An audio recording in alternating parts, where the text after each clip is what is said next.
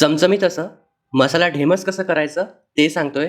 तर त्यासाठी कोवळे ढेमस घेऊन स्वच्छ धुवून त्यातील आतमधला गर काढून घ्यायचा आणि हलकेसे साल सुद्धा काढून घ्यायचे. तर व्हिडिओमध्ये दाखवल्यानुसार ढेमस तयार करून घ्यायचे आहेत. त्यानंतर मसाल्यासाठी कढाईमध्ये 1 मोठा चमचा तेल गरम करून त्यामध्ये जिरे, तमालपत्र, 1 मोठा बारीक चिरलेला कांदा, आलं, 7-8 लसूण पाकळ्या, कढीपत्ता, 1 चमचा तीळ, 1 चमचा खसखस, 1 मोठा चमचा दाण्याचा कूट आणि भाजलेलं सुकं खोबरं घालून हा मसाला खरपूस भाजून घ्यायचा आहे. भाजल्यानंतर मिक्सरमध्ये वाटून घ्यायचा आहे आणि या वाटलेल्या मसाल्यामध्ये हळद, धणेपूड, जिरेपूड, तिखट, काश्मीरी मिरची पावडर, गरम मसाला, काळा मसाला, हिंग, चवीनुसार मीठ आणि बारीक चिरलेली कोथिंबीर घालून हे मिक्स करून ढेमसमध्ये हा मसाला भरायचा आहे. त्यानंतर त्याच कढईमध्ये 2 ते 3 मोठे चमचे तेल गरम करून थोडा वेळ तेलामध्ये परतून घ्यायचे आहे. त्यानंतर जो उरलेला मसाला आहे तो घालून झाकण ठेवून ढेमस शिजतपर्यंत हे ढेमस तेलामध्ये छान शिजवून घ्यायचे आहेत. ढेमस हलकेसे सॉफ्ट झाले की यामध्ये आवडीनुसार गरम पाणी घालून ढेमस पूर्णपणे शिजतपर्यंत ही भाजी शिजवून घ्यायची आहे. व्हिडिओ आवडल्यास लाईक करायला विसरू नका.